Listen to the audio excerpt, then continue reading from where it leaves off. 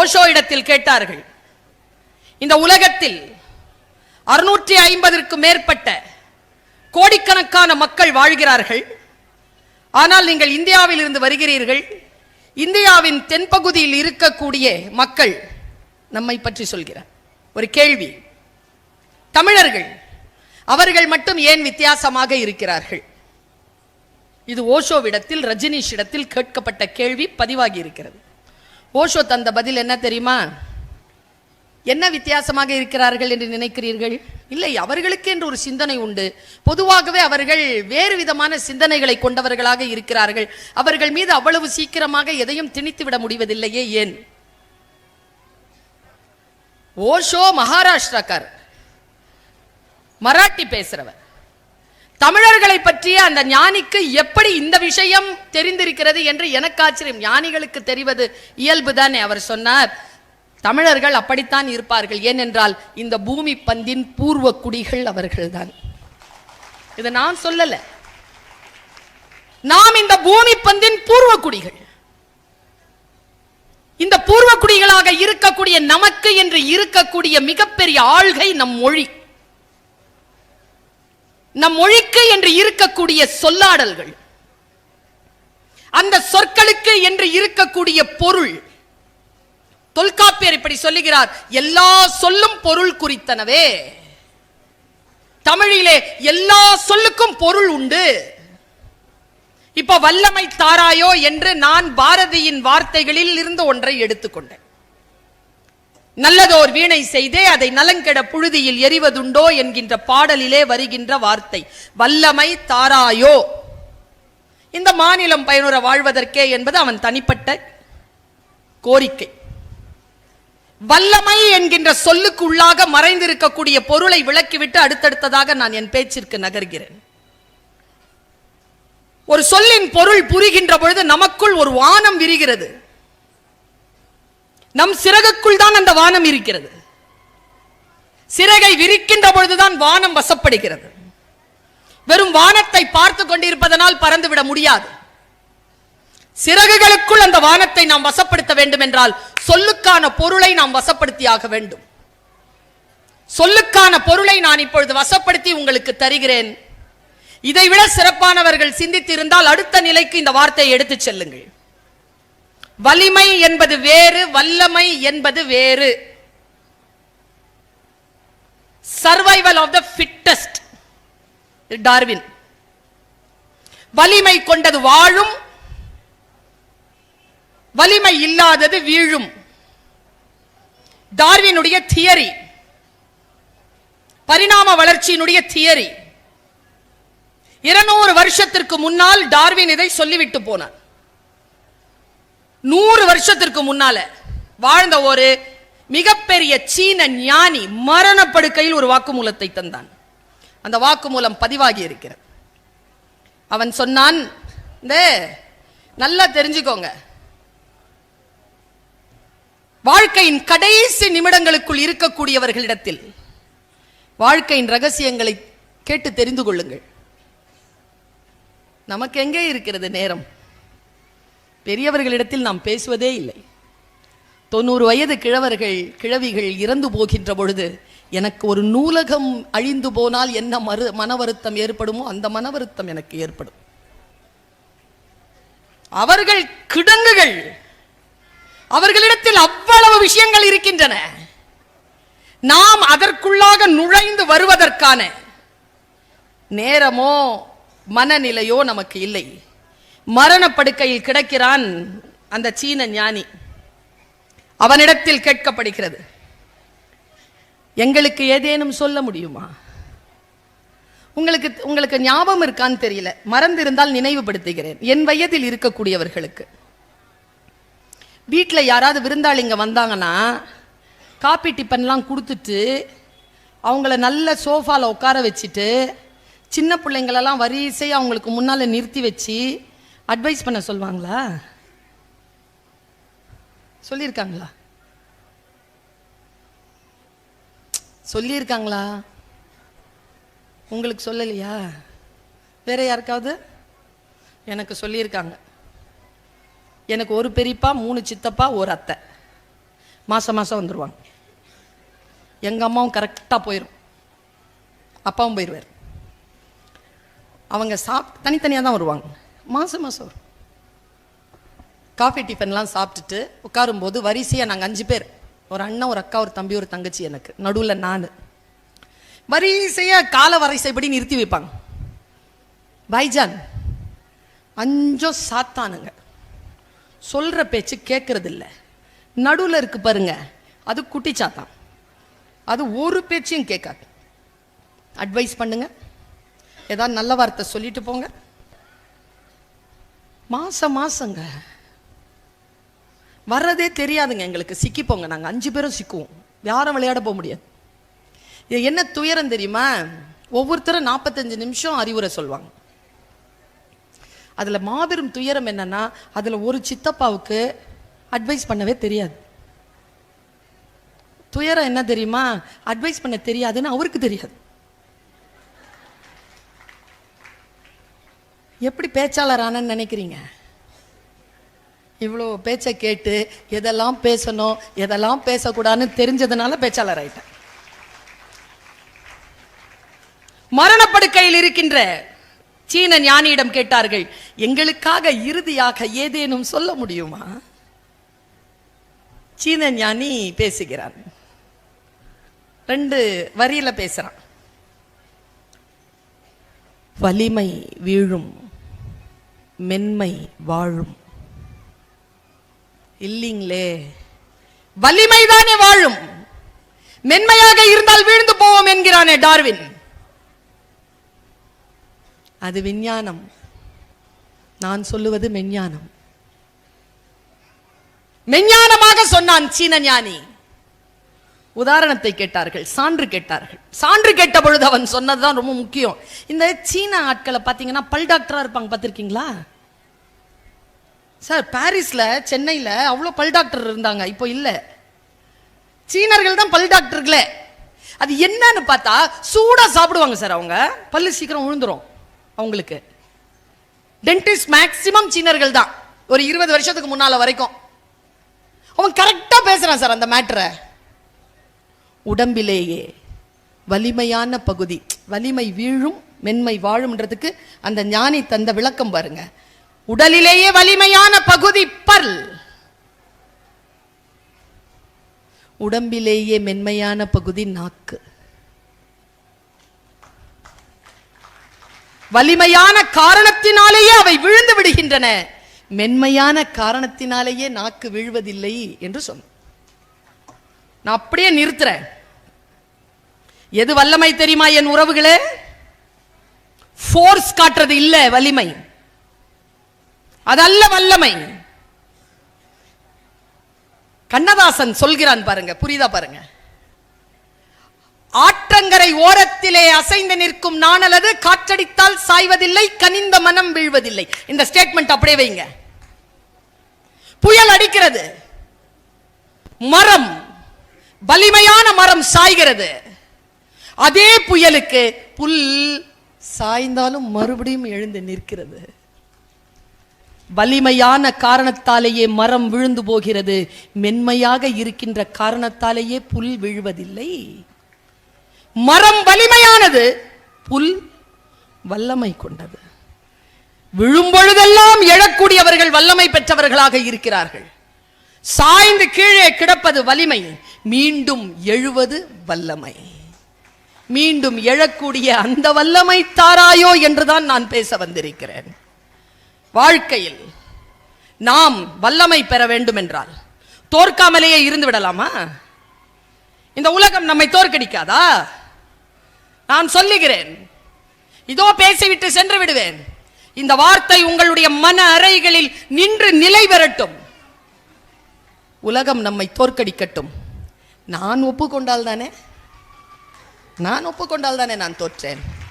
மீண்டும் முயல்வேன், விழும்பொழுதெல்லாம் எழுவேன். மறைந்து போன தமிழன்பன் தன் கவிதையில் சொன்னார், 9வது முறையாக பூமியில் தடுக்கி விழுந்தவனை பார்த்து பூமி தாய் கேட்டாலாம், ஏற்கனவே 8 முறை எழுந்து நின்றவன் அல்லவா நீ? எழுந்து நின்றால் தானே விழ முடியும், விழுந்தே கிடந்தால் விழ முடியுமா என்ன? வாழ்க்கை நமக்கு வாய்ப்புகளைத்தான் தரும், வெற்றிகளை தருவதில்லை. யார் ஒருவர் வாய்ப்புகளை சரியாக பயன்படுத்திக் கொள்கிறோமோ அவர்கள் வெற்றி பெறுகிறோம். வல்லமைக்கான இன்னும் ஒரு விஷயம் சொல்லிட்டு போறேன், ஒன்னொன்னா வந்து விழும். பிரிப்பரேஷன் ரொம்ப குறைவு தான். பிரபஞ்சம் சொற்களை தருகிறது, சொல்கிறேன்.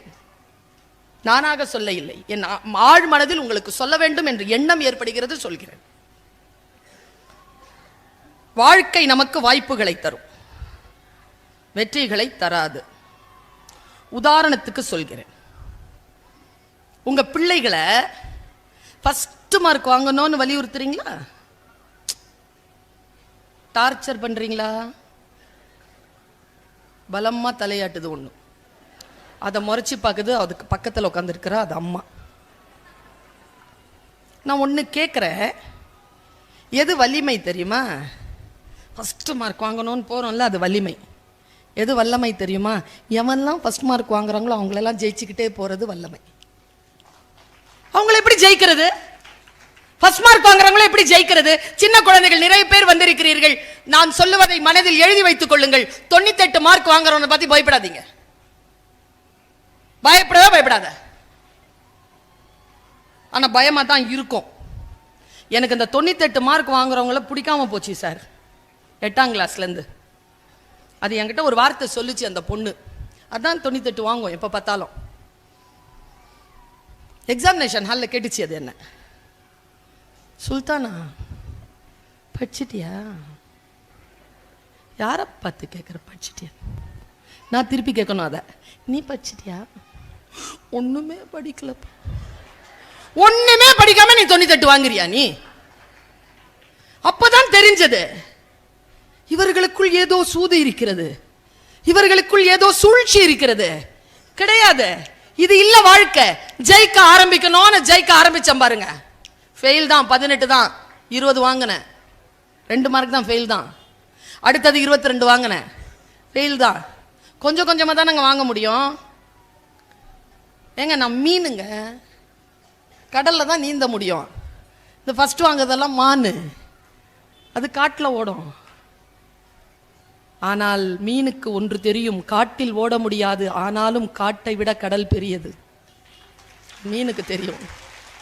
உங்க குழந்தைக்கு சொல்லிக் கொடுங்க இந்த வல்லமையை. 22 வாங்குதா, பரவாயில்ல குழந்தை.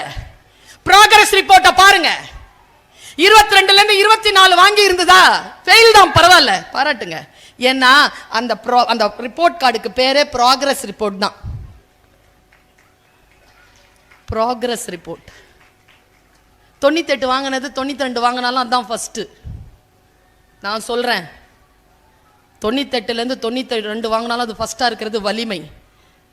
ஆனா ஜெயிக்கிற ஸ்ட்ராட்டஜி சொல்லவா, 98ல இருந்து 92 அது தோக்குது, 18ல இருந்து 22 நான் ஜெயிக்கிறேன். Progress, show progress. 10ஆம் கிளாஸ்ல செகண்ட் கிளாஸ் தான் நான். இன்னைக்கும் பேப்பரை ஃபில் பண்ணும்போது, விண்ணப்பத்தை ஃபில் பண்ணும்போது 10th ஸ்டாண்டர்ட் செகண்ட் கிளாஸ் தான் ஃபில் பண்றேன். யூனிவர்சிட்டி முடிச்சிட்டு எம்ஏ வெளிவரும் பொழுது நான் யூனிவர்சிட்டி ரேங்க் ஹோல்டர். யூஜிசி ஒரே அட்டெம்ப்ட்ல எல்லாம் பாஸ் பண்ணேன். ப்ராக்ரஸ். என்ன நானே பெருசா சொல்லிக்கல, சின்ன சப்ஜெக்ட் தான். உங்களுக்குள் ஏதேனும் எழுச்சி வருகிறதான்னு பாருங்க. பிடி டீச்சரா தான் ஒரு காலேஜ்ல ஒரு ஸ்கூல்ல ஜாயின் பண்ணேன். நல்லா ஓடுவேன் நான், இப்போ விட்டாலும் ஓடிடுவேன், நல்லா ஓடுவேன். 532 பரிசுல 180 ஸ்போர்ட்ஸ்ல வாங்கினது. 1992ஆம் ஆண்டு சங்கர் தயாள் சர்மா அங்க டெல்லியில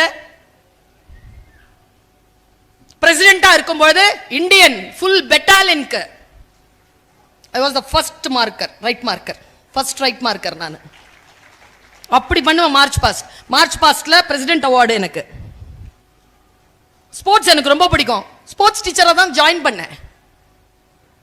ப்ராக்ரஸ் ஆகி 20 வருஷத்துல தமிழ் வளர்ச்சி துறைக்கு கீழே இயங்குகின்ற உலக தமிழ்ச் சங்கத்தின் துணைத் தலைவராகவும் இயக்குனராகவும் உங்கள் முன்னால் நிற்கிறேன். Progress, show progress. ஏதோ ஒரு இடத்திலே அடுத்த கட்டத்திற்கு வளர வேண்டும் என்கின்ற எண்ணத்தை குழந்தைகளிடத்தில் போடுவதற்கு பெயர்தான் வல்லமை. ஃபர்ஸ்டா வரணும்னா யார் செகண்டா வர்றது? எல்லாரும் மாவட்ட ஆட்சியர் ஆயிட்டாங்கன்னா இப்ப மாவட்ட ஆட்சியர் என்ன பண்றது? ஒருத்தர் தானே. அடுத்ததுக்குன்னு ஒரு பொசிஷன் இருக்குல்ல, அதுக்கு அடுத்ததுக்குன்னு ஒரு பொசிஷன் இருக்குல்ல, அதுக்கு அடுத்ததுன்னு இருக்குல்ல, எல்லாத்துக்கும் மேல ஒரு பொசிஷன் இருக்குல்ல, அங்க போ. யோசித்துக் கொண்டே இருப்பது அல்ல வல்லமை பெறுவது. வாழ்க்கையில் நமக்கு நாமே தோற்க கூடாதுப்பா. உலகம் என்ன வேணாலும் சொல்லட்டும். டென்சிங் இருக்காருல, மேல போய் எவரெஸ்ட தொட்டாரு, அவர்கிட்ட கேட்ட கேள்விக்கு அவர் சொன்ன பதில், நீங்க ஜெயிக்க மாட்டீங்கன்னே இப்போ அதை நினைச்சீங்களா? நான் நினைக்கவே இல்லை, அதுதான் நான் ஜெயிப்பதற்கு காரணம். அவர் பதில். எத்தனை பேர் நம்முடைய வல்லமைக்கான அந்த பொசிஷன் இருக்கல, அது என்ன என்பது நம் உள்மனம் அறியும். அதை நோக்கிய பயணம் ஏற்படாத வரைக்கும் எது தடுத்தாலும் அதை முறியடித்துக் கொண்டு அடுத்த கட்டத்திற்கு போவது. இன்றைய இளைஞர்கள் கிட்ட நாம் பார்க்கிற பெரிய குறைபாடு என்ன தெரியுமா?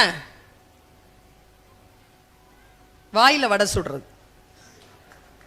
எனக்கு எல்லாம் தெரியும், நான்லாம் படிச்சிருவேன். எப்ப படிப்ப? சனிக்கிழமை சொல்லிட்டோம் வியாழக்கிழமை எக்ஸாம்னு, புதன்கிழமை வரைக்கும் புக் எடுக்க மாட்டேங்கிற. புதன்கிழமை ராத்திரி 9 மணிக்கு சொல்ற, காலையில 3 o'clock எழுந்திருச்சு படிச்சிருவேன். கிழிச்ச படிச்சு அப்படிதான் தோத்து போறது. எக்ஸாமினேஷன் ஹால்ல வந்து தூங்குறது. பாருங்க, ஒன்னும் இல்ல, ப்ரிப்பேர்டா இருந்தோம்னு வச்சுக்கோங்களேன். ப்ரிப்பரேஷன் எங்க ஐயா சொல்லுவாரு, கிருபானந்த வாரியார், டேங்க் ஃபுல் ஆயிடுச்சுன்னா எங்க வேணாலும் குழா திறக்கலாம். குழா திறந்தா வந்துகிட்டே இருக்கும். டேங்க் ஃபுல் ஆகணும்ல. நான் எப்பொழுதோ 13 வயதிலே என் அம்மம்மா எனக்கு சொன்ன சில வார்த்தைகள் இருக்கு. எனக்கு தெரியல, இன்றைய குழந்தைகளுக்கு அம்மம்மா எல்லாம் எந்த கதையும் சொல்றது இல்லை. ஏன்னா நோ பார்ட்டிஸ், இன்னைக்கு ஒன்லி ஆன்டிஸ். பாட்டியே கிடையாது. பாட்டின்னு சொல்லாத, என்ன ஆண்டின்னு சொல்லு. ஆயான்னு சொல்லாத, கேவலமா இருக்கு. அம்மாமான்னு சொல்லாத. அவரவர்களுக்கு என்று ஒவ்வொரு வயதிற்குமான பேரழகுடன் இருப்பவர்கள் தான் மனிதர்கள் என்று ஏன் அவர்களுக்கு நாம் சொல்லித் தருவது இல்லை? ஒவ்வொரு வயதும் பேரழகுதான். ஒன்றை இன்னொன்றாக மாற்றிக்கொள்ள வேண்டிய அவசியமே கிடையாது. சொற்களின் மீது கவனம் வையுங்கள். அப்பொழுதுதான் சொல்லின் உயர்ந்த சொல் செயல் என்பது புரிந்து போகும். சொல்லின் உயர்ந்த சொல் செயல். நான்லாம் நல்லா பேசிடுவேன். பேசு பேசு, பேசிட்டு சொல்லு. நல்லா எழுதிடுவேன். எழுதிட்டு சொல்லு. நான்லாம் நிறைய சம்பாரிச்சிருவேன். சம்பாரிச்சுட்டு சொல்லு. சும்மா சொல்ற. இது எப்ப தெரியுமா புரிஞ்சுது? எனக்கு 13 வயசுல புரிஞ்சுது. சொல்லில் உயர்ந்த சொல் செயல். பாருங்க, ஐன்ஸ்டீன் சொல்லுகிறான், உங்கள் குழந்தைகள் அறிவுடையவர்களாக வளர வேண்டும் என்றால் அவர்களுக்கு மாயாஜால கதைகளை சொல்லுங்கள். ஐன்ஸ்டீன். நான் இப்போ ஒரு 8 நாளைக்கு முன்னால, இன்னைக்கு 6ஆம் தேதியில 28ஆம் தேதி நான் இங்க வந்தேன். அமெரிக்கால ஜாக்சன் வில்லேங்கிற இடத்துல இருந்தேன். அங்கிருந்து புளோரிடா பக்கம், அந்த புளோரிடா மாகாணம் தான். அங்க டிஸ்னி வேர்ல்டு இருந்தது. Animal kingdom, magical kingdom, Hollywood எல்லாம் இருந்தது. நான் மேஜிக்கல் கிங்டம் தேர்ந்தெடுத்தேன். நான் அந்த மேஜிக்கல் கிங்டம்ல போய் உட்காந்தேன். மதியானம் ஒரு 1 மணிக்கு போயிருப்பேன். இரவு 10 மணி வரைக்கும் அங்கேயே இருந்தேன். எல்லாரும் குழந்தைகளை அழைத்து கொண்டு அந்த மேஜிக் வேர்ல்டை காட்டிட்டு இருந்தாங்க. நிறைய கதைகள், டிஸ்னி வேர்ல்டனுடைய கதைகள் எல்லாம். கடைசியா ஒரு பெரிய வான வேடிக்கை நடந்தது. எல்லாரும் கீழே உட்காந்துட்டு அதை பார்த்தோம். மனம் ஒரு மாதிரி பரவச நிலையில இருந்தது. என் பெற்ற தாயானை நான் என்ன நினைச்சேன் தெரியுமா? இதை விட சிறப்பான கதைகளுக்கு உரியவர்களாயிற்றே நாம். எங்க மிஸ் பண்ணோம்? எங்க இந்த காட்சிகள் எல்லாம் மிஸ் பண்ணோம் நாம? பாட்டிகள் கதை சொன்னார்களே, ஒவ்வொரு கதைக்கு பின்னாலும் ஒரு அறம் இருந்தது, ஒரு நீதி இருந்தது. கதைகள் ஏன் சொல்லப்படுகின்றன என்பதுதானே முக்கியம். முக்கியம், கதைகள் முக்கியமே இல்லையே. ஆடு பேசும், நரி பேசும், நாய் பேசும். அது எல்லாம் பேசுவதனால் வரக்கூடிய அந்த நீதி இருக்கு இல்லையா, அது என் ஆழ் மனதில் பேசி என் ஆறாவது அறிவை தூண்டுமே. எங்கே போயிற்று அந்த கதை சொல்லுகின்ற பழக்கம் நமக்கு? எல்லாம் மேல இருக்கிறவன் பார்த்துக்குவான் மாதிரி எல்லாரும் இந்த ரீல்ஸை பார்த்து தொலைக்கிறீங்க. 25 ரீல்ஸ் பார்த்த உடனே உங்களை கூப்பிட்டு கேட்கிற ஒரு 10 ரீல்ஸ் பத்தி சொல்லுமா? வேகமாக பார்க்கக்கூடிய காட்சிகள் மனதில் நிற்காது, நின்று நிலைத்து சொல்லக்கூடிய கதைகள் மனதில் நிற்கும். நான் கம்பராமாயணம் பேசுகிறேன்.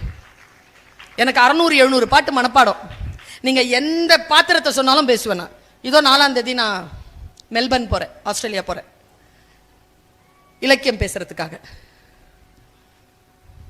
விரும்பி நீங்கள் எதை படிக்கிறீர்களோ, விரும்பி நீங்கள் எதன் பின்னால் ஓடுகிறீர்களோ, அது தனக்குள்ளாக இருக்கின்ற பொக்கிஷத்தை எடுத்து பிள்ளைகளுக்கு தெரியுமா அந்த ரகசியம்? சொல்லி அப்படியே சொல்றேன். இந்த கதையில் நீங்கள் என்ன புரிந்து கொள்கிறீர்கள் என்று எனக்கு தெரியாது. ஏன்னா விளக்கம் கொடுக்கிறது உங்கள் அறிவுக்கு நான் விட்டு விடுகிறேன். நீங்கள் விளக்கம் கொடுத்துக் கொள்ளுங்கள். புறாக்களை வளர்த்துக் கொண்டிருந்தான் ஒருவர். பெரும் கூட்டம், 200 புறாக்கள். அதை எல்லாவற்றையும் ஒரு வேடன் குரூப் புள்ளி வச்சிருச்சு. புள்ளி வச்சிருச்சுங்கிறது முதலாளிக்கு தெரிஞ்சிருச்சு. முதலாளி இப்போ பறவைகளுக்கு சொல்லித் தருகிறார். என்ன சொல்லித் தருகிறான்? உங்க எல்லார்கிட்டையும் சொல்றேன், நம்ம குழந்தைகள் இருக்காங்கல்ல, நம்ம கிட்ட பணிபுரிகின்ற பணியாளர்கள் இருக்காங்கல்ல, அவங்கள விட நாம புத்திசாலிகள் இல்லை. சில விஷயங்கள்ல அவங்க நம்மளை விட புத்திசாலி. அதை கரெக்டா தெரிஞ்சுக்கிறவன் தான் தலைவன். இந்த ஆள் இருக்கான்ல, இந்த முதலாளி, இந்த எல்லா புறாவும் பாதுகாப்பா இருக்கணும்ட்டு ஒரு விஷயத்தை ஆரம்பிச்சான். எல்லாரும் சொல்லுங்க, நான் சொல்றது திரும்பி சொல்லுங்க. புறாக்கள் எல்லாம் அப்படி பார்த்துச்சு. சொல்லுங்க, திருப்பி சொல்லுங்க. புறாக்கள் சொல்லுச்சு. ஆரம்பிங்க. நம்பர் 1, வேடன் வருவான். வேடன் வருவான், விதை தூவான். விதை தூவான், வலை விரிப்பான். வலை விரிப்பான், சிக்கிக்கொள்ள மாட்டோம். சொல்லுங்க பாப்போம். அப்படியே சொல்லிச்சிங்க. பிராக்டிஸ் கொடுத்தான் பாருங்க, சூப்பரா கொடுத்தான் பிராக்டிஸ். அத்தனை 200க்கு 200 புறாவும் சொல்லிச்சான். எங்க அம்மா சூப்பரா கதை சொல்லுவாங்க. வேடன் வருவான், இறை தூவான், வலை விரிப்பான், சிக்கிக்கொள்ள மாட்டோம். சரி, நான் கொஞ்சம் உள்ள போய் கொஞ்சம் வேற வேலை பார்க்குறேன். எல்லாரும் சொல்லிக்கிட்டே இருங்க. எல்லாரும் சொல்லிக்கிட்டே இருந்தாங்க. அன்றைய பொழுது முடிஞ்சுதா? சரி போதும், எல்லாரும் தூங்குங்க. நான் அடுத்த நாள் காலையில் 5 மணிக்கு ஸ்டார்ட் அப்படின்னா எல்லாம் சொல்லிச்சிங்க. வேடன் வருவான், இறை தூவான், வலை விரிப்பான், சிக்கிக்கொள்ள மாட்டோம். சொல்லிக்கிட்டே இருங்க. இந்தா வரேன்னு சொல்லிட்டு அவன் உள்ள போயிட்டான். வேடன் வந்துட்டான். வேடன் நெருங்குகிறான். புறாக்கள் எல்லாம் வேடனை பார்த்தன. வேடன் வருவான். வேடன் நின்றான். இறை தூவான், வலை விரிப்பான், சிக்கிக்கொள்ள மாட்டோம். நின்னா வேடன் ஒரு நிமிஷம். மறுபடியும் ஆரம்பிச்சுதுங்க. வேடன் வருவான், இறை தூவான். நேர இறை தூணா. இறைய கொத்துக்கிட்டே சொல்லுச்சுங்க. வலையை விரிப்பான், சிக்கிக்கொள்ள மாட்டோம். வலையை விரித்தான். வேடன் வருவான், இறை தூவான், வலை விரிப்பான், சிக்கிக்கொள்ள மாட்டோம். மொத்தமா தூக்குனான். எடுத்து மூட்டையா போட்டான். வேடன் வருவான், இறை தூவான், வலை விரிப்பான், சிக்கிக்கொள்ள மாட்டோம். வேல்யூம் குறைஞ்சுக்கிட்டே இருந்தது. வேடன் வருவான், இறை தூவான், வலை விரிப்பான், சிக்கிக்கொள்ள மாட்டோம். போயிடுச்சு. இவ்வளவுதான் கதை. அடுத்தது உங்கள் பொறுப்பு. சொல்லித் தருகின்ற சொற்களில் இல்லை வாழ்க்கை, அதன் பொருளை உணர்ந்து கொள்வதில் தான் வாழ்க்கை இருக்கிறது, அதை செயல்படுத்துவதில் தான் வாழ்க்கை இருக்கிறது என்று புரிந்து கொள்வது. பல நேரங்களில் நாம் செய்கின்ற மிகப்பெரிய பிழை என்ன தெரியுமா? நம் மனதை நம்மளால ஜெயிக்க முடியறது இல்லைங்க. மனதை எவன் ஒருவன் ஜெயிக்கிறானோ, ஐயா சொல்றாருங்க மகாகவி பாரதியார். நான் இப்ப உங்களுக்கு ஒரு திரை விலக்கி காட்டுகிறேன், புரிஞ்சுக்கோங்க. அந்த திரை விலக்கல்ல இருக்கக்கூடிய காட்சியை புரிஞ்சுக்கோங்க. இந்த நிறைய பேர் பாட்டை மனப்பாடம் பண்றோமா, பொருள் புரியறதே இல்லைங்க. உதாரணத்துக்கு சொல்லவா, 15-20 வருஷமா 30 வருஷமா 40 வருஷமா சொல்லிட்டே இருக்கிறோம்ல, நீராறும் கடல் உடுத்து. அர்த்தம் தெரியுமா என்ன? தெரியும், தமிழாசிரியர்களுக்கு தெரிஞ்சிருக்கும், அவ்வளவுதான். ஜனகணமனுக்கு தெரியணுங்க. அது நம் தாய்மொழி இல்லை என்றாலும் நம் தேசிய கீதம். இது நம் தாய்மொழியில் இருப்பது. மனோன்மணியம் என்ற நாடகத்தை எழுதிய சுந்தரம் பிள்ளை அவர்கள் தன் நாடகத்தில் எழுதிய அந்த பாயிர பாட்டு தான் தமிழ் தாய் வாழ்த்து. ஒவ்வொரு வரியா புரிஞ்சுக்கிட்டீங்க, உடம்பு சிலிர்த்து போயிடும். சிரம் வியந்துன்னு பாட மாட்டோம், திறம் வியந்துன்னு பாடுவோம். புரிஞ்சாதானே இங்க பாடுறதுக்கு. உன் சிரம் வியந்து, உன் சீரிழமை சிரம் வியந்து, திறம் வியந்துங்க. செயல் மறந்து வாழ்த்துதுமே. திறம் வேற சிரம் வேற. ஏன் புரியலனா, பொருள் புரிந்து சொல்வதில்லை. பொருள் புரிந்து சொல்லி பாருங்கள். எந்த வார்த்தை சொன்னாலும் கல்யாண்ஜி சொல்லுவார், எழுத்தாளர்களுக்கெல்லாம் குருநாதர், கவிதைகளின் இமயம், புது கவிதைகளின் இமயம். நான் நிரம்ப நேசிக்கிறேன் அந்த எழுத்தாளனை. அவன் சொல்லுவான், போருக்கு புறப்படுகின்ற பொழுதும் தேர்வுக்கு புறப்படுகின்ற பொழுதும் உங்கள் வாழ்த்து சொல்லில் இருக்கட்டும் உண்மையான ஒரு சொல். சொல்றோமா, ஹே கங்க்ராச்சுலேஷன்ஸ் பா அப்படின்னா,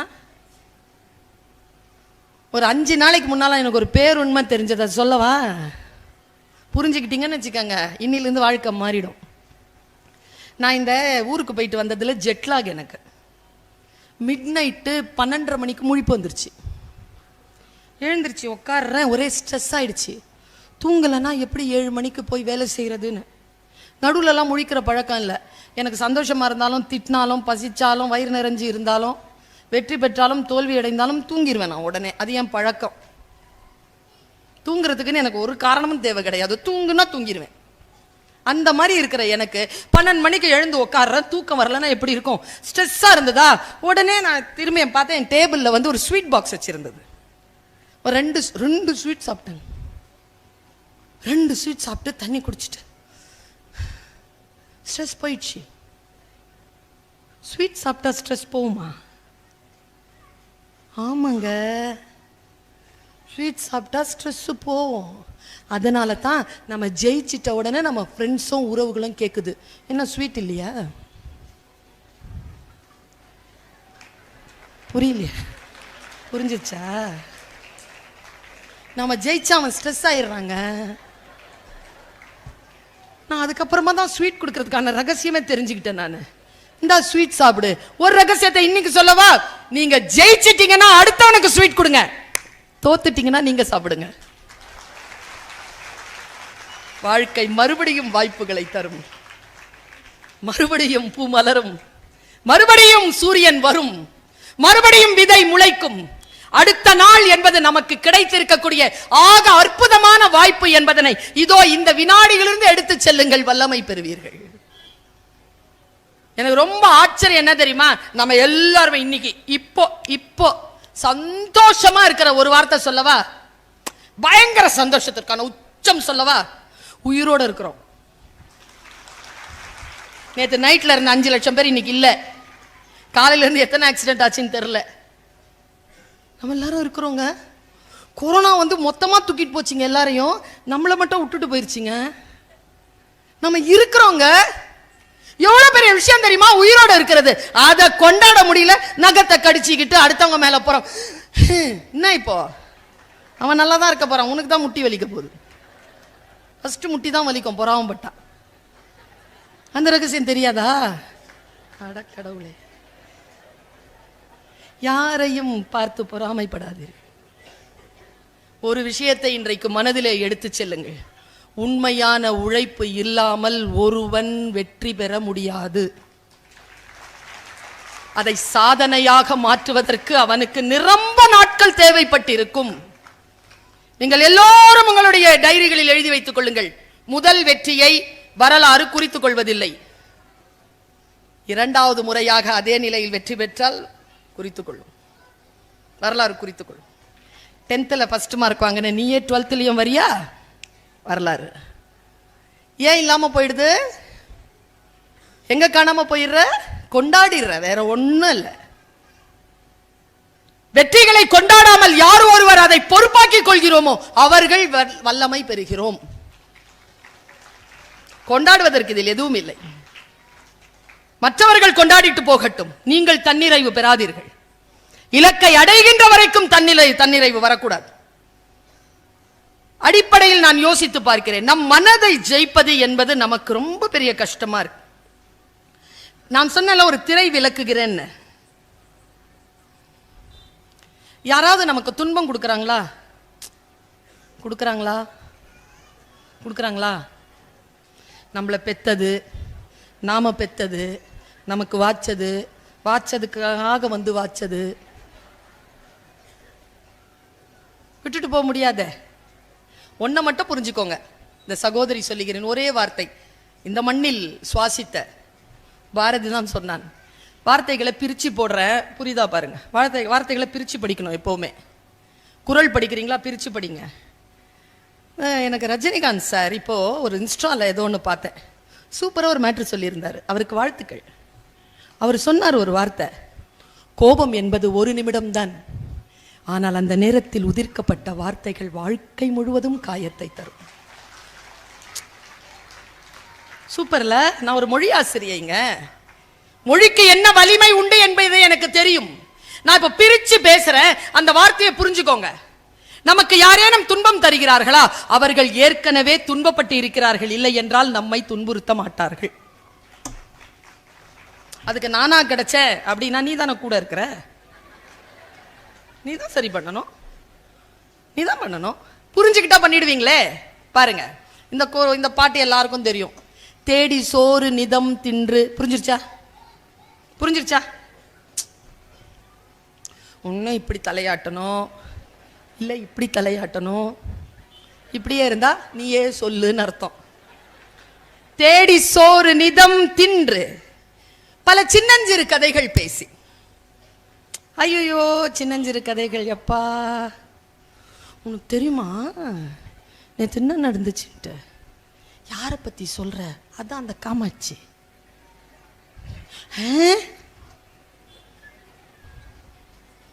நிறைய பேர் வாயில குப்பை அள்ளிட்டு வருவாங்க.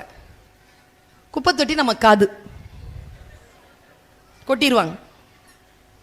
இதுக்கு விஷம் சாப்பிட்டீங்கன்னா முறிவு இருக்கு, இதுக்கு முறிவு இல்லை. இந்த விஷத்துக்கு மட்டும் முறிவு இல்லை. அதனால்தான் காதுக்கு மூடி இல்லை. பைபிள் சொல்கிறது, காது இருக்கின்றவர்கள் கேட்க கடவீர்கள். ஜாக்கிரதை. செல்வத்துள் செல்வம், அச்செல்வம். இதை ஷார்ப்பா வச்சிருங்க. ஷார்ப்பா வச்சுக்கிட்டு நான் சொல்றது அப்படியே கவனிங்க பார்ப்போம். தேடி சோறு நிதம் தின்று பல சின்னஞ்சிறு கதைகள் பேசி மனம் வாடி துன்பம் மிக உழன்று பிறர் வாட பல செயல்கள் புரிந்து. நம்ம கிட்ட யாராவது எப்ப பார்த்தாலும் கம்ப்ளைண்ட் பண்ணிட்டே இருக்கிறாங்கன்னா அவங்களுடைய மெட்டபாலிசம்ல அவங்க ரொம்ப பாதிக்கப்பட்டிருக்காங்கன்னு அர்த்தம். ஒருத்தங்க காயப்படாம அடிக்க மாட்டாங்க, ஒருத்தங்க காயப்படாம கெட்ட வார்த்தை பேச மாட்டாங்க, ஒருத்தங்க காயப்படாம பிபி அவங்களுக்கு ஹை ஆகாது. அவங்க காயப்பட்டிருக்காங்க. நான் என்ன சொல்கிறேன், அது காயப்பட்டதற்கு நீங்கள் காரணமா இல்லையா என்பதல்ல, அவர்களால் நீங்கள் காயப்படாமல் இருக்க வேண்டும் என்றால் இதை புரிந்து கொள்ளுங்கள். துன்பம் மிக உழன்று பிறர் வாட பல செயல்கள் புரிந்து நிறை கூடி. அடுத்தவங்களுக்காகவே ஒரு வார்த்தை சொல்ற, வீட்டில் போய் டைரியில் எழுதி வச்சிருக்கோங்க. கோபம் என்பது யாரோ ஒருவர் செய்த தவறுக்கு உங்களுக்கு நீங்களே கொடுத்துக் கொள்ளும் தண்டனை. உடம்புல எல்லாம் ஆடி போயிருங்க. உடம்பு ஒரு வினாடி இந்த கோபம் வரும் பாருங்க, முடிஞ்சு போச்சு. கிட்னி, ரத்தம், நரம்பு, சுகரு, என்னான்னு பேர் வச்சான் பாருங்க அதுக்கு, சுகருன்னு.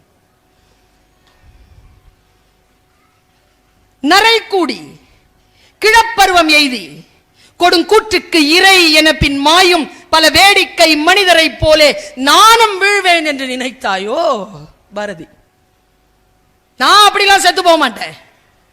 மனசுல கஷ்டம் வந்துகிட்டு மற்றவர்களுக்கு கஷ்டம் கொடுக்க மாட்டேன்.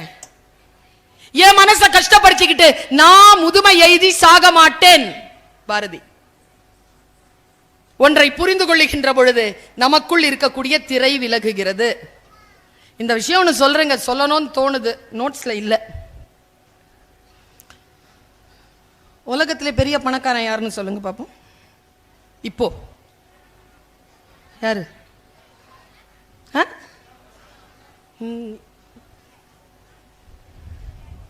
இந்த ஜெனரேஷன் எக்ஸுக்கெல்லாம் ஒண்ணுமே தெரியாது, ஜெனரேஷன் ஒய்க்கும் ஒன்றும் தெரியாது. இந்த ஜெனரேஷன் ஜெட் இருக்குது பாருங்க, அபாயகரத்தின் உச்சகட்டத்தில் இருக்கக்கூடியவர். கரெக்டாக சொல்லிச்சிங்க பாருங்க. எலன் மாஸ்க் எவ்வளோ துட்டு வச்சிருக்காரு தெரியுமா அவரு? நான் கூகுள் பண்ணி பார்த்தேன், 56 லட்சம் கோடியாம். அவெல்லாம் எவ்வளோ பூஜ்யம் வரும்னு எனக்கு தெரியாது மேடம், அக்கௌண்ட்ஸ் டிபார்ட்மெண்ட்ல கேட்கலாம். 56 லட்சம் கோடி. அடே அப்பா, எனக்கு ஒன்றும் அவன் மேல கருத்து இல்லை, பிசினஸ்மேன் வாழட்டும். ஆனால் அவர் ஒரு வார்த்தையை நம்மிடத்தில் பேசுகிறார், அந்த வார்த்தையை நான் கேட்டேன், அதை அப்படியே உங்ககிட்ட கொண்டாந்து கொடுக்கிறேன், முடிஞ்சா புரிஞ்சுக்கோங்க. வெற்றியாளர்கள் தன் ரகசியத்தை சொல்வதில்லை, ஆசிரியர்களும் பெற்றோர்களும் தவிர மற்ற யாரும் தன் வெற்றியின் ரகசியத்தை சொல்லித் தருவதே இல்லை. மிரட்டுகிறார்கள், வெற்றியையும் தோல்வியையும் சொல்லி மிரட்டுகிறார்கள். எலன் மாஸ்க் சொன்னான். சூப்பர் இன்டர்வியூங்க, அது முடிஞ்சா கூகுள் பண்ணி பாருங்க, உங்களுக்கே தெரியும். அவங்ககிட்ட கேட்கப்பட்டது, இங்க நிறைய குழந்தைகள் என்கிட்ட கேட்கறாங்க, நீங்க வரீங்க மேடம், பேசுறீங்க, அப்படியே எழுச்சியா இருக்குதா, அப்படியே மலையை பேத்திரலாங்கிற மாதிரிலாம் மனசு எழுச்சியா இருக்குதா? ஒன்லி 2 hours தான். அப்புறம் மறுபடியும் சொயின்னு பரமபதத்துல இருந்து பாம்புல இறங்க இறக்கி வந்து சோழி விழுந்துருது கீழே. என்ன மேடம் பண்றது? அவங்களுக்கான பதில் இது. உங்களுக்கு தெரியுமா நான் எவ்வளவு களைப்பாக இருக்கிறேன் தெரியுமா? நான் காலையிலிருந்து சாப்பிடல தெரியுமா? ஆனா குரல்ல ஏதேனும் தொய்வு தெரிகிறதா? ஏன்? எலன் மாஸ்க் சொன்ன பதில் எனக்கு புரிந்து போயிற்று. பாருங்க, அவன் சொன்ன பதில் பாருங்க. நீங்கள் ஒரு இலக்கை நிர்ணயிக்கிறீர்கள், சரி, அந்த இலக்கை அடைவதற்கு உங்களை நீங்களே எப்படி தயார் செய்து கொள்கிறீர்கள்? சூப்பர் கொஸ்டின் இது. ஜனவரி 1 வந்துச்சா? 10 ரெசல்யூஷனாவது மனசுல வச்சிங்களா? 5ஆம் தேதி அது இல்லாம ஆயிடுச்சா?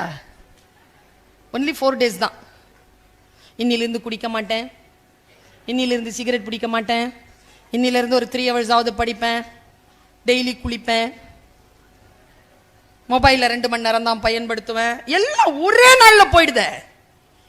என்ன பதில் பாருங்க. நான் ஒன்னு சொல்றேன், எலன் மாஸ்க்கு சம்பாதிக்கணும்னு தோணுது, அவன் இதை சொல்றான்.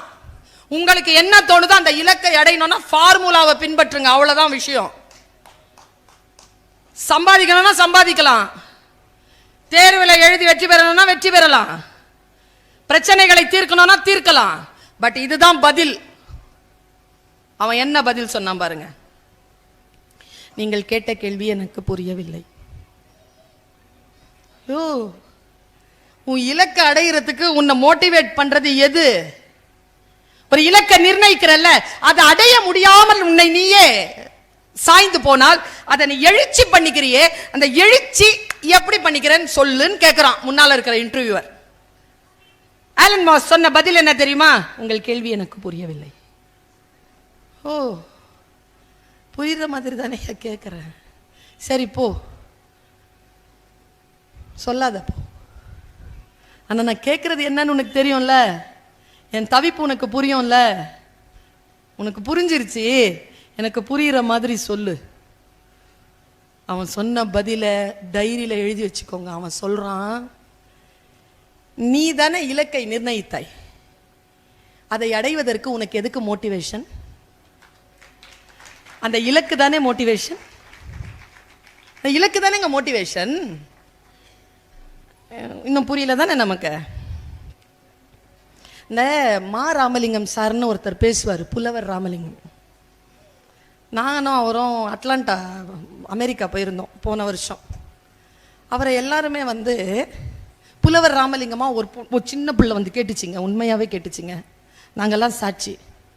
அந்த சன்ஃப்ளவர் ஆயில் உங்கள் தான் கேட்டுச்சு. யாருக்குமே புரியல. அப்புறமா தான் புரியுது, அவர் சன் டிவியில் பேசுகிறாரு, அவர் புலவருங்கிறத ரெண்டுத்தையும் சேர்த்துருச்சு அந்த புள்ள. சன்ஃப்ளவர்னு சொல்லுது. அவர் சூப்பரான ஒரு ஹியூமர், காமெடி கிடையாது அவர்கிட்ட, ஹியூமர். அவர் சொல்றாரு, உங்களுக்கு எலன் மாஸ் சொன்ன பதில் இப்ப புரிஞ்சிரும் பாருங்க. ஏன்னா நமக்கு இன்னுமாய் சொற்களுக்கு விளக்கம் தெரிகிறது, தேடுகிறது மனசு. அப்படி சொன்னா அப்படி புரிஞ்சுக்க முடியறது இல்ல நம்மளால. ஏன் தெரியுமா? தொடர்ந்து இத்தகைய காட்சிகளை, காணொளிகளை கண்டுகொண்டே இருந்தால் யார் எது சொன்னாலும் அதை பிரித்து அறியக்கூடிய மனம் நமக்கு வாய்க்காது. புத்தகத்தை வாசித்தால் வாய்க்கும் என்பதற்காக தான் தமிழ்நாடு அரசு புத்தக திருவிழாக்களை நடத்துகிறது. அது ஒன்றும் ரீல்ஸ் ப்ரோக்ராமை நடத்தலை.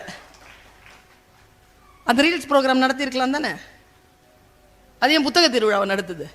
நான் ஏன் புத்தகம் வாசிங்கன்னு சொல்கிறதுக்காக புத்தக திருவிழாவில் வந்து இதை சொல்கிறேன்.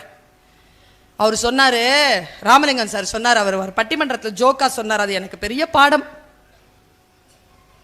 தன்னைத்தானே உற்சாகப்படுத்திக் கொள்ள வேண்டும் என்பவர்களுக்கு அவர் சொன்ன அந்த ஜோக்கை நான் அப்ளை பண்ணுறேன். அப்ளிகேஷன் தானே எல்லாமே. அவர் சொன்ன அப்ளிகேஷன் இதுதான். 3 பேர் ஒரு ஆஃபீஸில் ஒர்க் பண்ணிட்டு இருந்தாங்களாம். 10 வருஷமா சேர்ந்து வேலை செய்கிறாங்க.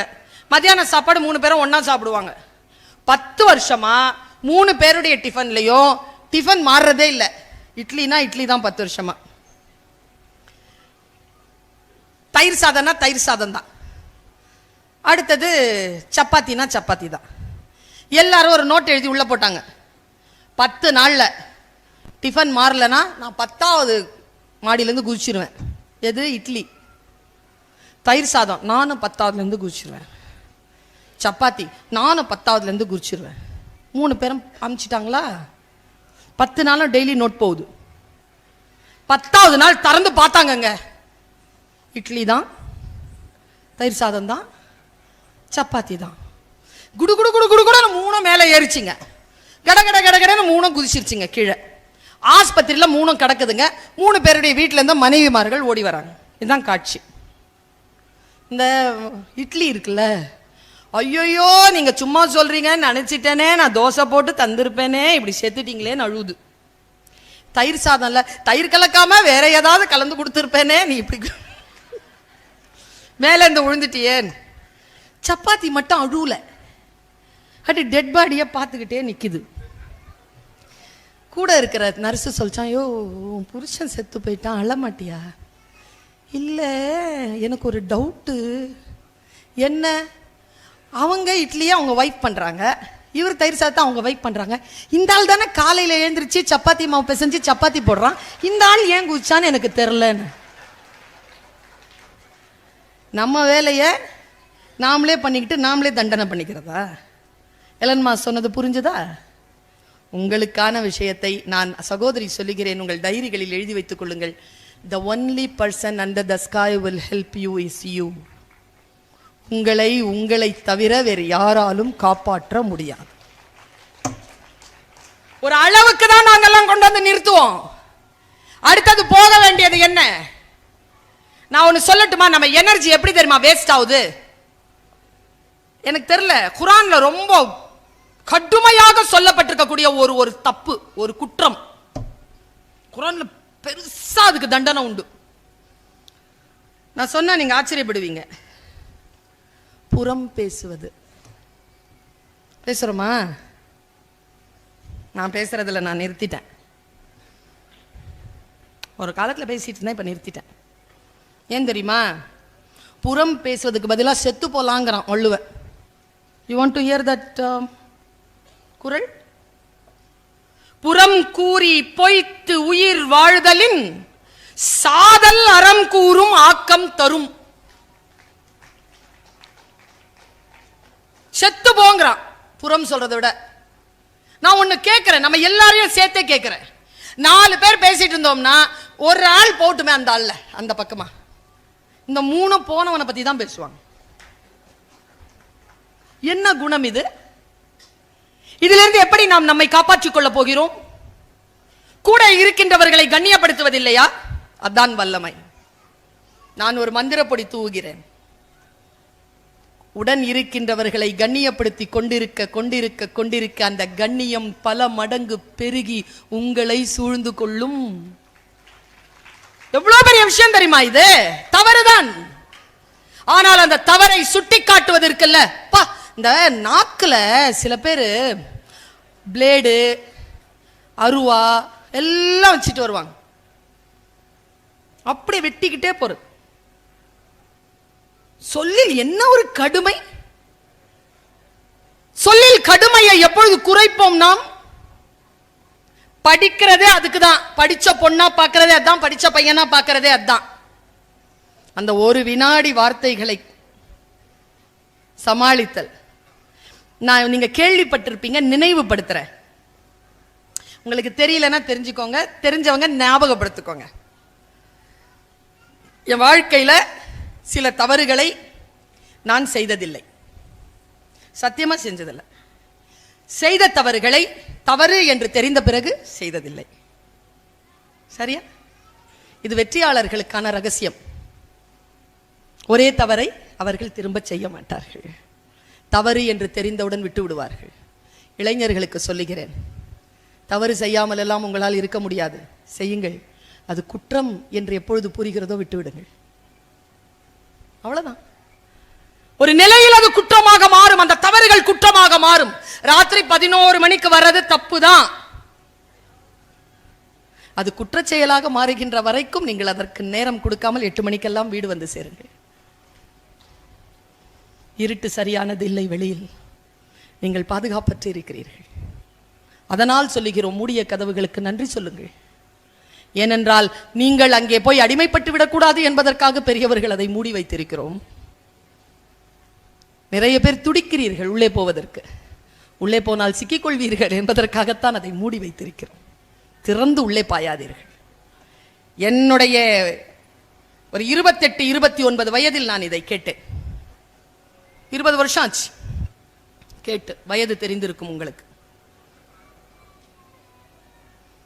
ஒரு ராஜா இருந்தானா. கதைகள் முக்கியமில்லை, கதைகள் ஏன் சொல்லப்படுகின்றன என்பது முக்கியம். நீங்கள் சொல்லும் அறங்கள் உங்கள் குழந்தைகளுக்கு முக்கியமே இல்லை. ஏனென்றால் உங்களுக்கு முன்னால் அவர்கள் ஒழுக்கமாக வாழ்ந்து காட்டவே மாட்டார்கள். இருந்தாலும் பெற்றோர்களுக்கு சொல்லுகிறேன், அறம் சொல்லிக்கொண்டே இருங்கள். உங்களுக்கு முன்னால் அவர்கள் வாழ்ந்து காட்ட மாட்டார்கள். வாழ்க்கை அவர்களுக்கு முன்னால் சவால்களை வீசிக்கின்ற பொழுது அதை சமாளிப்பதற்கு நீங்கள் சொல்லிக் கொடுத்த அறம் அவர்களுக்கு உதவியாக இருக்கும். அதனால் சொல்லிக் கொண்டு நிதானமா கேளுங்க. இந்த விஷயத்தை நிதானமா கேளுங்க. ஒரு ராஜா இருந்தான். 108 பேரை கூப்பிட்டான். சாப்பாடு போட்டான். அறிஞர்கள், பேரறிஞர்கள். சாப்பாடு சாப்பிட்ட 108 பேரை செத்து போயிட்டாங்க. சூழ்ந்தது இருள். மேல உட்கார்ந்து இருக்காருல்ல யம தர்மராஜா, அவர் சித்திரகுப்தனை கூப்பிட்டாரு. என்னடா நடந்துச்சு தம்பி? 108 பேர் செத்து இருக்காங்க, என்ன நடந்துச்சு? இல்ல சார், ஒரு ராஜா இருந்தாரு. அவர் எல்லா அறிஞர்களையும் கூப்பிட்டு சாப்பாடு போட்டு காசு கொடுக்கணும்னு இருந்தாரு. இந்த சமையல் செஞ்சாங்கல்ல, அதுல விஷம் விழுந்துருச்சு. அது எப்படி விழுந்துச்சு? சமையல்காரனுக்கு தெரியல. அவன் சமைச்சுக்கிட்டே இருக்கும்போது மேல ஒரு பருந்து போச்சு. அந்த பருந்து காலில் ஒரு பாம்பு இருந்துச்சு. அந்த பாம்பு வாயிலிருந்து விழுந்த விஷம் அந்த சாப்பாட்டில் விழுந்துருச்சு. அதனால செத்து போயிட்டாங்க. கேஸ் அன்க்ளோஸ்ட். 30 வருஷம் 40 வருஷம் கேஸை முடிக்க முடியல. யாரை குற்றம் சொல்வீங்க நீங்க? மன்னனையா, சமையல்காரனையா, பருந்தையா, பாம்பையா, இல்ல சாப்பிட்டவங்களையா? என்ன செய்யறதுன்னு தெரியல. யமதர்மன் பெண்டிங்ல வச்சிருக்காரு கேஸ். அந்த அறிஞர் ஒருத்தன் செத்தான்ல, அவன் பேரன் ஒருத்தன் 40 வருஷம் கழிச்சு அந்த ஊருக்கு தன் தாத்தாவை சாவு பத்தி தெரிஞ்சுக்கிறதுக்கு போறான். இங்க ஒரு மன்னன் இருந்தானாமே, அந்த மன்னன் வெளில வர்றதில்ல, உள்ள வயதாகி உள்ளேயே அடைஞ்சு கிடக்கிறான். இங்க ஒரு மன்னன் இருந்தானாமே, அவன் அறிஞர்களுக்கு சாப்பாடு போடுவானாமே, அவனை பார்க்கணும். ஐயோயோ போயிடாதே விஷம் வச்சிருவான்னாலாம் ஒரு காய்கறி வச்சுக்கிட்டு இருந்த ஒரு வித்துட்டு இருந்த ஒரு பெண். உடனே சித்திரகுப்தனை கூப்பிட்டாரு யமதர்மராஜா. Case closed. யார் மீது குற்றம் போடுவது, யார் குற்றவாளி என்பது முடிவாகிவிட்டது. யார் குற்றவாளி என்றால் புறம் பேசினால காய்கறி விற்கும் பெண், அவள்தான் குற்றவாளியாக யமதர்மன் தீர்ப்பு எழுதினார். இது சொன்ன உடனே நான் பதறி போனேங்க. உங்களுக்கு விஷயம் தெரியுமா தெரியாதா? எதுவுமே தெரியாம ஏன் பெருசா ஒரு ஜெனரலைஸ்டா பெரும் குற்றத்தை பேசுகிறீர்கள்? அங்க என்ன நடக்குது என்று நமக்கு தெரிய வேண்டுமா இல்லையா? தெரிந்து ஒன்றை சொல்லலாம். நம்ம கிட்ட இருக்கக்கூடிய வல்லமை குறைந்த விஷயம் என்ன தெரியுமா? நாம தப்பு பண்ணா வக்கீல், அடுத்தவன் தப்பு பண்ணா ஜட்ஜ், உடனே தீர்ப்பு எழுதிடும். எனக்கு தெரியும் அது ஏற்கனவே இப்படிதான். யாருக்கு தெரியும் அவர்கள் அப்படி இல்லையே. நான் இப்படி சொல்லுகிறேன், நம்முடைய வாழ்க்கையில் நாம் சில வாய்ப்புகளை பெறுகின்ற பொழுது, அந்த வாய்ப்புகளை நம்மை கடந்து போகின்ற பொழுது, அந்த வாய்ப்புகளை பயன்படுத்திக் கொள்வதா பயன்படுத்திக் கொள்ள வேண்டாமா? பயன்படுத்தி கொண்டால் வெற்றியாளர்களாக சாதனையாளர்களாக மாறலாம்.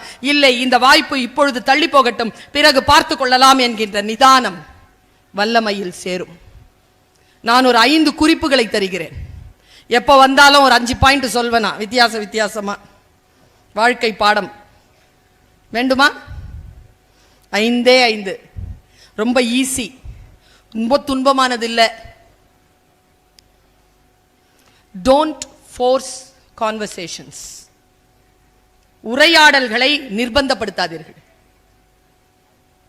யாரேனும் பேசுகிறார்கள் என்று சொன்னால் அவர்களை நிர்பந்திக்காதீர்கள். பேசு பேசு, இதை சொல்லு, இதை என்னன்னு சொல். Don't force the conversation. வாழ்க்கையில் பீஸ், பவர் ரெண்டும் வேணும்னா இந்த சகோதரி சொல்ற இந்த 5 பாயிண்ட் பிடிச்சுக்கோங்க. நான் ஒரு ஆசிரியை தான், இப்பொழுதுதான் நிர்வாகத்திற்குள் வந்திருக்கிறேன். துணைத் தலைவராகவும் இயக்குனராகவும் இருப்பது ரொம்ப சிரமமா இருக்கு. ஆனால் நான் சமாளித்துக் கொண்டு வருகிறேன். இந்த பெருந்தகையை பார்க்கிறேன், ஒரு மாவட்டத்தை நிர்வாகம் செய்து கொண்டு இருக்கிறார். பெரிய விஷயங்க. நிர்வாகம் என்பது சொல்லிக் கொடுத்து விடலாம், நிர்வகிப்பது பிரச்சனைங்க. நிர்வகிப்பது, குர்ஆன்ல ஒரு வார்த்தை இருக்குங்க,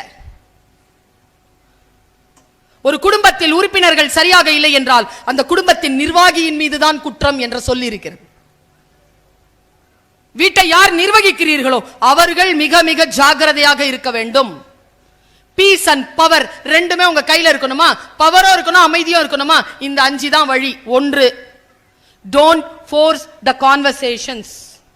number 2, don't explain your standards. உங்கள் தகுதிகளை அடிக்கடி அடுத்தவர்களிடத்தில் விளக்கி கொண்டிருக்காதீர்கள். நான் யாரு தெரியுமா, நான் எப்படிப்பட்டவர் தெரியுமா, என்னுடைய தற்கொலைக்கு சமம் அது. நம்மளை விட பவர்ஃபுல்லா எவனா முன்னால வந்தான்னு வச்சுக்கோங்க, முடிஞ்சு போச்சு கதை, பிளக்க பிடுங்கி விட்டுருவான். சொல்லவே கூடாது. உங்கள் தகுதியை உங்கள் செயல்பாடு காட்டும். நிர்வாகிகளுக்கு தெரியும் நீங்கள் யார் என்று, அதிகாரிகளுக்கு தெரியும் நீங்கள் யார் என்று. செயலில் காட்டுங்கள். Don't explain your standards. 3வது, சூப்பருங்க இது. பெண்கள் இருக்கீங்களா? தொடர்புகளை பின்தொடராதீர்கள். Don't chase your connections. அவர்கள் ஏற்கனவே உங்களோட கனெக்டடா இருக்காங்க, துரத்தாதீர்கள் அவர்களை. போன் எடுத்த உடனே ஹலோ எங்க இருக்கிறீங்க? ஏய் எங்க இருப்பேன்? ஆபீஸ்ல தானே இருப்பேன். உடனே நான் எங்க இருக்கிறீங்க? அதனால தான் பல பேர் போனே எடுக்கிறது இல்லை தெரியுமா? போனே எடுக்கிறது இல்லை. இன்னும் ஆண்களுக்கு இதுவா பேசுறேன்னு நினைச்சுக்காதீங்க. ஒவ்வொரு முறை போன் பண்ணும்போது சொல்லுங்க, வாய் திறந்து ஆபீஸ்ல தான் இருக்கிறேன்னு சொல்லுங்க. முத்து உதிர்ந்துராது. நாங்க கவலைப்படுறோம், எங்க போயிட்டு இருக்குதோ, எங்க தொலைஞ்சதோ. சரி, ஆஃபீஸ்லேயே இருந்துச்சுன்னா நல்லதுதான். போலீஸ்காரங்களுக்கு கொஞ்சம் கஷ்டம் சார், ஒரு வார்த்தையை மனப்பாடம் பண்ணி வச்சுக்கோங்க, ஃபீல்டு ஒர்க்கில் இருக்கிறேன் பாப்பான்னு சொல்லிவிடும். எங்க ஃபீல்டு ஒர்க்கில் இருக்கிற அப்படின்னா இடத்த சொல்லு. என்ன வேலை பண்ணிட்டு இருக்கிற? வருவேன்ல வீட்டுக்கு, அப்போ சொல்கிறேன். இப்போ சொல்ல முடியாத சூழ்நிலை. குடும்பத்தின் உறவுகள் சிதறி போவதற்கு என்ன காரணம் தெரியுமா? நீங்கள் யாரும் ஒருவரோடு ஒருவர் பேசுவதே இல்லை. ரொம்ப கஷ்டம். ஏன் தெரியுமா? குடும்பம் பிரிஞ்சு போறதுக்கு என்ன காரணம் தெரியுமா? மனசால சொல்றேங்க, கணவன் மனைவி இருக்கீங்கல்ல, கணவன் உங்களை துன்புறுத்தினாலோ மனைவி உங்களை துன்புறுத்தினாலோ, கணவன்மார்களோ மனைவிமார்களோ உங்களுக்கு உரிய அன்புக்குரியவர்களிடத்தில் அவர்களை பற்றிய கம்ப்ளைண்ட் சொல்லாதீங்க. ஏன் தெரியுமா? உங்களுக்கு ஒரு பாயிண்ட் தான் அவன் கஷ்டம் கொடுத்துருப்பா, அதை நீங்கள் சொல்கிற ஃபோர்ஸில் 10 பாயிண்ட் போய் அவன்கிட்ட சேர்ந்துருக்கோம். அவன் அந்த பொண்ணுக்கு எதிராவோ அந்த பையனுக்கு எதிராவோ 50 பாயிண்ட்டை சொல்லுவான். அந்த வினாடியில் குடும்பம் பிரியும். 2 பேருமே பேசி தீர்த்துக்கோங்க. இல்ல மேடம் அந்த ஆள் கிட்ட எல்லாம் பேச முடியாது மேடம்னு நீங்க சொல்றீங்களா? நான் சொல்லி தரேன் ஒண்ணு. இப்ப என்ன வயசு உங்களுக்கு? 25-30 தானே? வாங்கி வாங்கி கோத்து வச்சுக்கோங்க. அந்த ஆளுக்கு 60 வயசு ஆகும். அப்ப ஒன்னொன்னா பிரிச்சு, ஆனா கூட இருங்க, சேர்ந்து இருங்க. சண்டை போட்டுக்கிறீங்களோ என்ன பண்றீங்களோ, குடும்பத்தை மட்டும் பிரித்து விடாதீர்கள். அதற்கு மிக முக்கியமான காரணம், டோன்ட் சேஸ் த கனெக்ஷன்ஸ். 3வது சொல்லிட்டேன். 4வது, high super, don't reply instantly. உடனடியா பதில் சொல்லாதீங்க, டைம் எடுத்துக்கோங்க. நீங்க வீட்டில் கேட்டு ஒரு வேலையும் செய்யறது இல்லைன்றது வீட்டில் இருக்கிற எங்களுக்கு தெரியாதா? மச்சான் ஒரு 50,000 கூட. ஓ எஸ், வீட்டில் கேட்டு சொல்றேன்ப்பா. கேட்டு சொல்ல போறது இல்லை, உடனடியாக பதில் சொல்லாதீங்க. அந்த 50,000 ரூபாய்க்கு நாங்கள் நிறைய செலவுகளை வச்சிருக்கோம். அதே மாதிரி தான் பெண்கள், டக்கு என்று பதில் சொல்லாதீர்கள். டக்கு என்று யாரெல்லாம் பதில் சொல்கிறீர்களோ அவர்களெல்லாம் பிரச்சனையில் சிக்கிக்கொள்வீர்கள். நிதானியுங்கள், வாக்குவாதத்தை உள்வாங்குங்கள், வாக்குகளை உள்வாங்குங்கள். சரியா அதை மனசுல போட்டு 6 இன்ச் இருக்குது இதுக்கும் மூளைக்கும், யோசிச்சு சொல்லுங்க. Don't reply instantly. 4th point. 5th point ரொம்ப முக்கியம். Don't give your energy to everyone. உங்கள் உழைப்பை எல்லோருக்கும் பகிர்ந்து கொடுத்து கொண்டு இருக்காதீர்கள், சேமித்து வையுங்கள். எல்லோருக்கும் அது அவசியமானது இல்லை. வாழ்க்கை நமக்கு ஒரு முறைதான் வாய்ப்பு தருகிறது என்றால் அந்த ஒரு முறைக்கான வாய்ப்பை நீங்கள் சரியாக புரிந்து கொள்வதற்காக சொல்கிறேன். மிக முக்கியமான ஒரு விஷயம். நான் ராமேஸ்வர புத்தக திருவிழாவில் வந்த பொழுது இந்த விஷயத்தை சொல்லணும்னு நினைச்சேன். இது ஒரு 2 வருஷம் ஆச்சுங்க. 2 வருஷம் இல்லை, 1 வருஷம் தான் ஆச்சு இந்த எனக்கு நடந்து. தெரியல, அதை சொல்றேன், நான் எல்லார்கிட்டையும் சொல்லிட்டு இருக்கிறேன். ரொம்ப டெப்தான விஷயம். ஆனா ஒருவேளை நான் இதை யூடியூப்ல சொன்னதை நீங்க யாராவது கேட்டுக்கிட்டு இருந்தீங்கன்னா அதை ஃப்ரெஷ் பண்ணிக்கோங்க. தெரியாதவர்கள் அது சொல்லுவாங்களே, காட்னா முடிச்சு போட்டு வச்சுக்கோங்க. நான் சொல்றது உலகத்தில் எது ரொம்ப முக்கியமானது தெரியுமா? உயிருடன் இருப்பதும் இலக்குகளை நோக்கி நகர்வதும் தான். 2 மிக முக்கியமானது. இதற்காக நீங்கள் உங்களை நிதானப்படுத்திக் கொள்ள வேண்டும் என்பதற்காக இதை சொல்றேன்.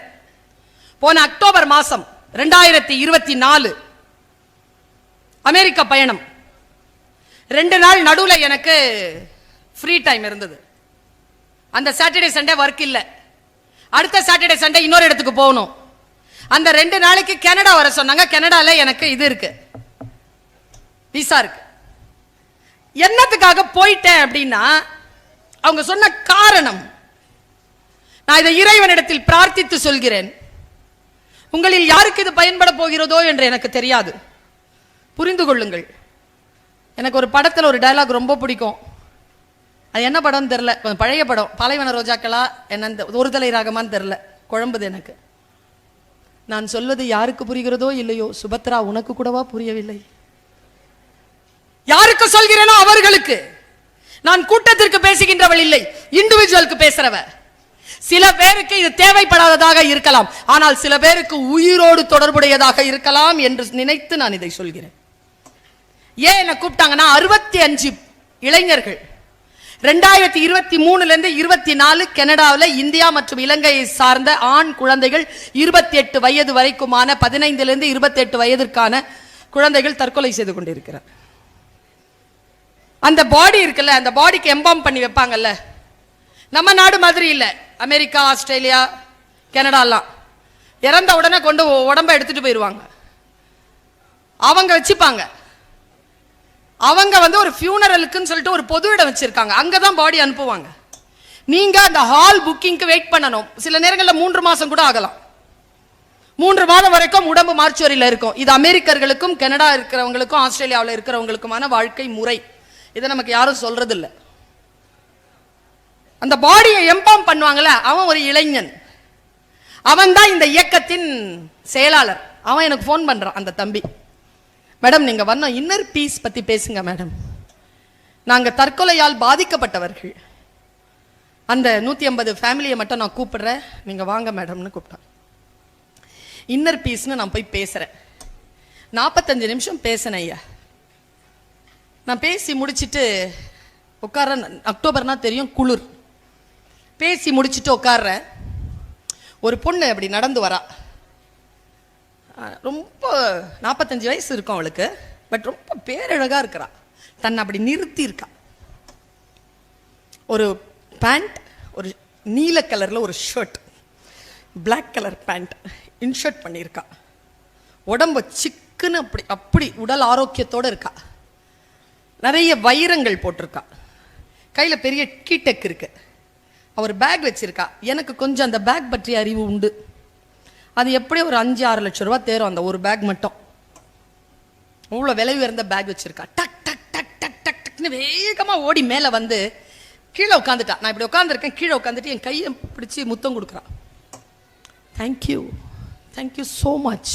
அவ சொன்னது, நான் விடுதலை பெற்று விட்டேன், என்னை நீங்கள் விடுதலை செய்தீர்கள். 8 ஆண்டு காலமாக சிறையில் இருந்தேன், உள்மன சிறையில் இருந்தேன், என்னை விடுதலை செய்து விட்டீர்கள். தேங்க்யூ தேங்க்யூ தேங்க்யூ சொல்லிட்டு அவளை நான் பார்க்குறேன். அந்த கண்மை கிட்ட இருந்து அப்படி வருதா கண்ணீர். மேக்கப் கலையுது அவளுக்கு. நான் அதையே பார்த்துட்டு இருக்கேன். ஐயோ மேக்கப் கலையுது இந்த பொண்ணுக்குன்னு. அது நேரா எழுந்திருச்சு வெளியில போயிடுச்சு. திடீர்னு மண்டைக்குள்ள ஒரு சத்தம், ஏய் சுல்தானா, 45 நிமிஷம் பேசியிருக்க, எல்லா பாயிண்டும் ஒரு மனசுல ஓப்பன் ஆகாது. நீ ஏதோ ஒரு பாயிண்ட் சொல்லியிருக்க, அதுலதான் அது ஓப்பன் ஆயிருக்கு. அது என்ன பாயிண்ட்னு போய் தெரிஞ்சிட்டு வா. மக்களுக்கு 45 நிமிஷம் பேசாம அந்த ஒரு பாயிண்ட் மட்டும் பேசிடலாம்ல, மைண்ட் ஓப்பன் ஆகும்ல. நேரா போன BMW கார் ஓப்பன் பண்ணிட்டு இருக்கா. நான் போனேன். ஹே வந்தா 45 நிமிஷம் பேசின 18 பாயிண்ட். எந்த பாயிண்ட்ல உன் அறிவு திறந்துச்சு சொல்ல. அதை நான் என் மக்களுக்கு சொல்வேன்ல, அது அவ்வளோ வீரியமான விஷயமா? நான் சொன்னேன்ல உங்களுக்கு, நம்ம சாவலாம், நம்ம செத்து போயிடணும்னு நினைக்கிற முன்னால மட்டும் சாவக்கூடாது. இது ரொம்ப ஃபேமஸ் ஆயிடுச்சு. பல பிள்ளைகளுடைய, பல பெண்களுடைய வாழ்க்கையை காப்பாத்திருச்சுங்க இந்த ஒற்றை சொல். உண்மையாவே காப்பாத்தி கொடுத்துருக்க. இந்த சொல்ல எனக்கு சொல்லு, நான் போய் சொல்றேன். எது உன்னை ரொம்ப கஷ்டப்படுத்திட்டு இருந்ததை எது ரிலீஸ் பண்ணுச்சுன்னு சொல்லுச்சு. அதை நான் இப்ப சொல்லட்டுமா? அவ சொன்னா சொல்லட்டுமா? ரிலீஸ் பண்ணது அவளை, அந்த பாயிண்ட்டை சொல்லட்டுமா? நான் இந்த மாதிரி சொல்லட்டுமான்னு ஒரு புத்தக திருவிழாவில் கேட்டேனா, சொல்லுங்கன்னு எல்லாரும் சொன்னாங்களா? சொல்லி முடிச்சிட்டேனா, காருக்கு போய் உட்கார 2 ஓடி வருது கிட்ட. இன்னமும் ரகசியம் சொல்றேன்னு சொன்னீங்களே, சொல்லவே இல்லை. ஏய் சொல்லி முடிச்சாச்சுப்பா. அப்படி கேட்ச் பண்ணிக்கணும். விஷயங்கள் அப்படிதான் வரும். என்ன தெரியுமா பிரச்சனை? பிரபஞ்சம் நமக்கு என்று சொல்லை தருகின்ற பொழுது நம் கவனம் திரும்பும். மறுபடியும் அந்த சொல் வந்து சேர்றதுக்கு 30-40 வருஷம் ஆயிடும். கவனத்தோடு அப்படி பிடிச்சி வச்சுக்கோங்க. நான் சொல்லுவதுதான், நான் சொல்வது யாருக்கு புரிகிறதோ இல்லையோ, சுபத்ரா உனக்கு கூடவா புரியவில்லை? நீ புரிந்து கொண்டால், சுபத்ரா புரிந்து கொண்டால் போதும் எனக்கு. நான் புரிந்து கொண்டேன். கதைகள் முக்கியமில்லை, கதைகள் ஏன் சொல்லப்படுகின்றன என்பது முக்கியம். அடிக்கோடு மறுபடியும் சொல்றேன். ஒரு காடு, ஒருத்தன் நடந்து போறான். நடந்து போகும்பொழுது அவனுக்கு காட்டு வழி புரியல. இருட்டா இருக்கு, வெளிச்சம் வருது, இருட்ட வருது, வெளிச்சம் வருது. டைம் என்னன்னு தெரியல, மனசெல்லாம் ரொம்ப ஒரு மாதிரியா இருக்கு. அவன் போய்கிட்டே இருக்கான், நம்ம வாழ்க்கை மாதிரி. போய்கிட்டே இருக்கும்போது இப்படி பார்க்கறான், ஒரு மின்னல் வெளிச்சத்துல ஒரு பாம்பு புத்து தெரியுது. பாம்பு புத்த பார்த்துட்டான். சுச்சு பாம்பு புத்து நினைச்சுக்கிட்டே தாண்டினான் பாருங்க. பாம்பு வெளியில வந்து இவனை பார்த்துருச்சு. பாம்பு இறங்குது, கூடவே நடக்குது. நான் பாம்புன்னு சொல்றது பாம்பு இல்ல,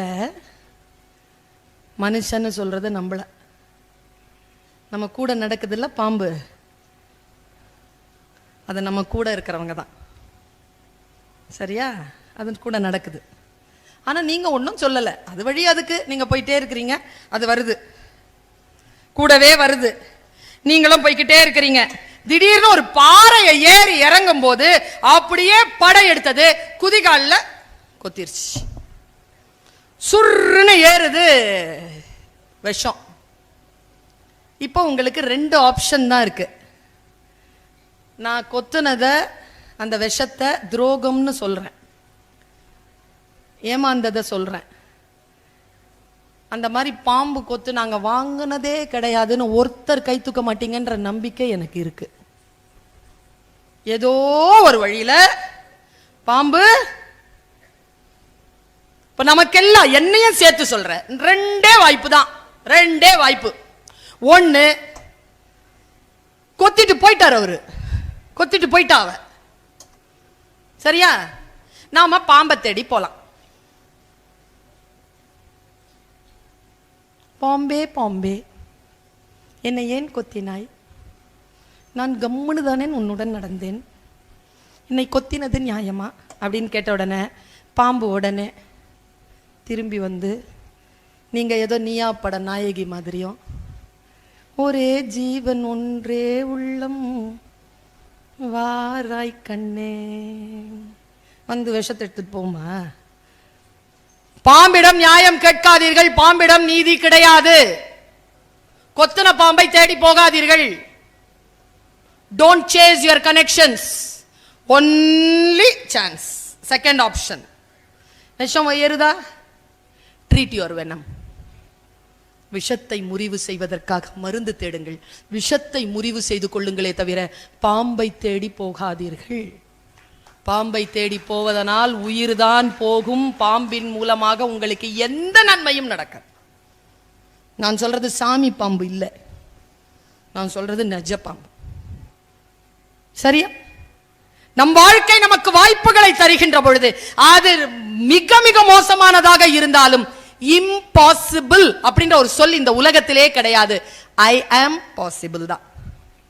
நான் பாசிபிள், நான் இருக்கேன்ல, உயிர் இருக்குல்ல, உடல் இருக்குல்ல, புத்தி இருக்குல்ல, நான் போதுமானவள் என்னுடைய சிக்கல்களை தீர்ப்பதற்கு என்று யார் ஒருவர் எழுந்து நிற்கிறோமோ அவர்கள் வல்லமை பெறுகிறோம். பூட்டிய இருப்பு கூட்டின் கதவு திறக்கப்பட்டது, சிறுத்தைய வெளியில் வா. எலியன உன்னை இகழ்ந்தவர் நடுங்கிற புலியன செயல் செய்ய புறப்படு வெளியே. நம்பினை இருளினை விளக்க என் செம்பொற்பறவையே சிறகை விரி எழு பர, வானத்தில் பார், நான் ராஜாளியாக பறந்து கொண்டிருக்கிறேன், நீயும் வா, சேர்ந்து பறப்போம், வல்லமை பெறுவோம். வாய்ப்புக்கு மகிழ்ச்சி, வணக்கம்.